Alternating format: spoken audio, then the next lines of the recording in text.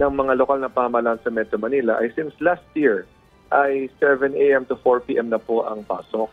Kung kaya't nasubukan na po namin siya ng ilang buwan at base nga po sa datos na nakuha natin kahapon dahil ito po ay pinag-aralan ng MMDA Traffic Engineering Department, ay tama nga no, na nagkaroon ng magandang epekto po ang pag-urong natin ng oras ng pasok sa mga lokal na pamahalaan ng isang oras sapagkat hindi nga sumasabay sa traditional rush hour ang mga kawani natin o mga empleyado ng mga city hall at ng mga local government. So ibig sabihin, kung 7 a.m. ay dapat nandun na sila sa trabaho, that means, depende kung gaano kalayo ang bahay nila mula sa city hall, ay 6 o'clock or even earlier than 6 ay bumabiyahe na sila upang pagpatak ng 7 ng umaga ay nandun na nga sila sa kanilang mga opisina.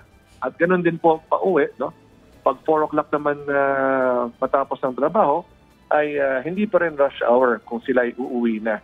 Sapagkat ang traditional rush hour natin ay 5 o'clock nagsisimula, lalong-lalo na sa ating private sector. So, we are now avoiding the traditional rush hour by 1 hour.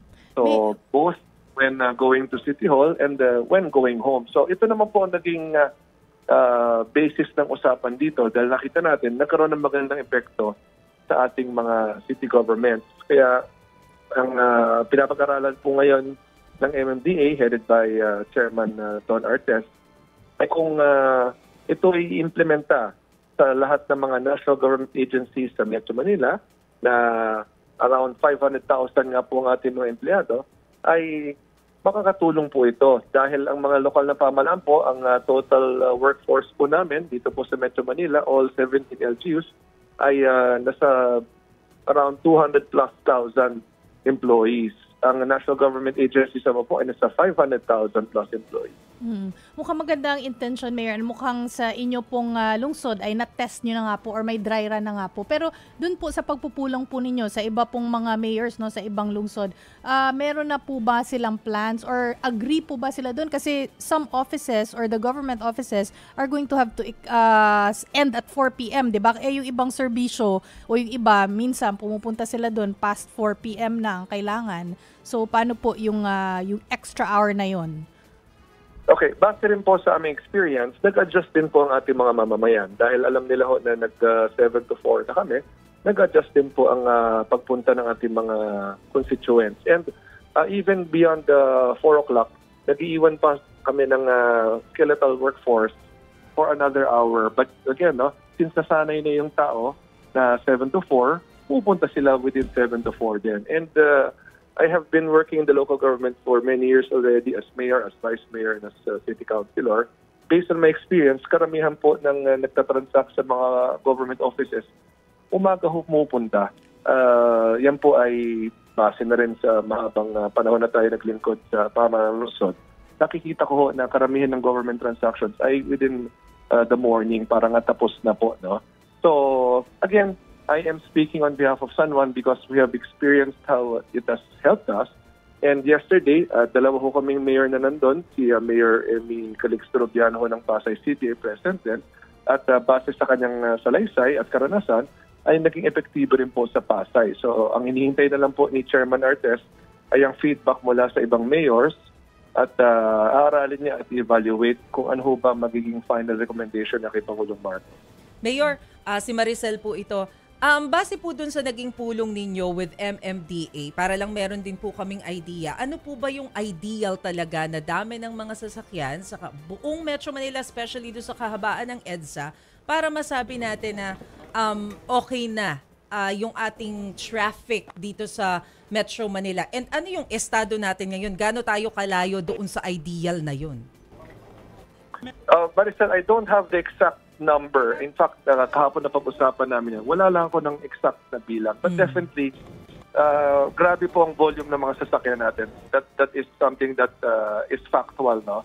Kaya nga ho, ang gusto natin mangyari is hindi lahat magsabay-sabay sa rush hour. Dahil may mga oras naman na maluwag po ang EDSA at ibang mga kalye natin. So, ang gusto ho natin mangyari, yung mga oras na medyo mas maluwag ay ma-shift natin yung volume ng sasakyan sa mga oras na yon para ho ma-decongest yung pinaka-main rush hour po natin. And if both the local governments in Metro Manila and the national government agencies and offices will shift to 7 to 4, that means you have more or less around 700,000 employees now traveling to work 1 hour earlier. And the same things as they enter day, pag-uwi po nila sa kanilang mga tahanan ay 1 hour ahead din sila sa traditional rush hour. Yun naman po ang rasyonale po natin dito. At gaya nga ng aking binanggit, ay nakita namin na nakatulong po ito sa aming mga lokal na pamahalaan. In fact, kahapon nga po may data from the Traffic Engineering Department ng MMDA na nakakita sila ng improvement. So ito naman po yung pinapanggalingan ng optimism po natin. Dahil nasubukan na po ito sa mga lokal na pamahalaan. At kung masubukan natin both sa local and national government offices, ay base nga sa experience namin, ay posibleng makakita tayo ng magandang overall positive improvement sa ating main thoroughfares, lalong-lalo sa EDSA. And ano po yung timeline natin dito? Mayor, kailan po natin makukuha yung feedback ng ibang members ng Metro Manila Council? Alam ko po, si Chairman is already coordinating with our other mayors dahil nga gusto niya mag-submit ng recommendation bago magsimula ang rehabilitation po ng EDSA. So I believe very soon ay makukuha na po niyang feedback ng lahat ng mayors at magkakaroon na siya ng final decision kung ano po magiging recommendation na sa ating Pangulo.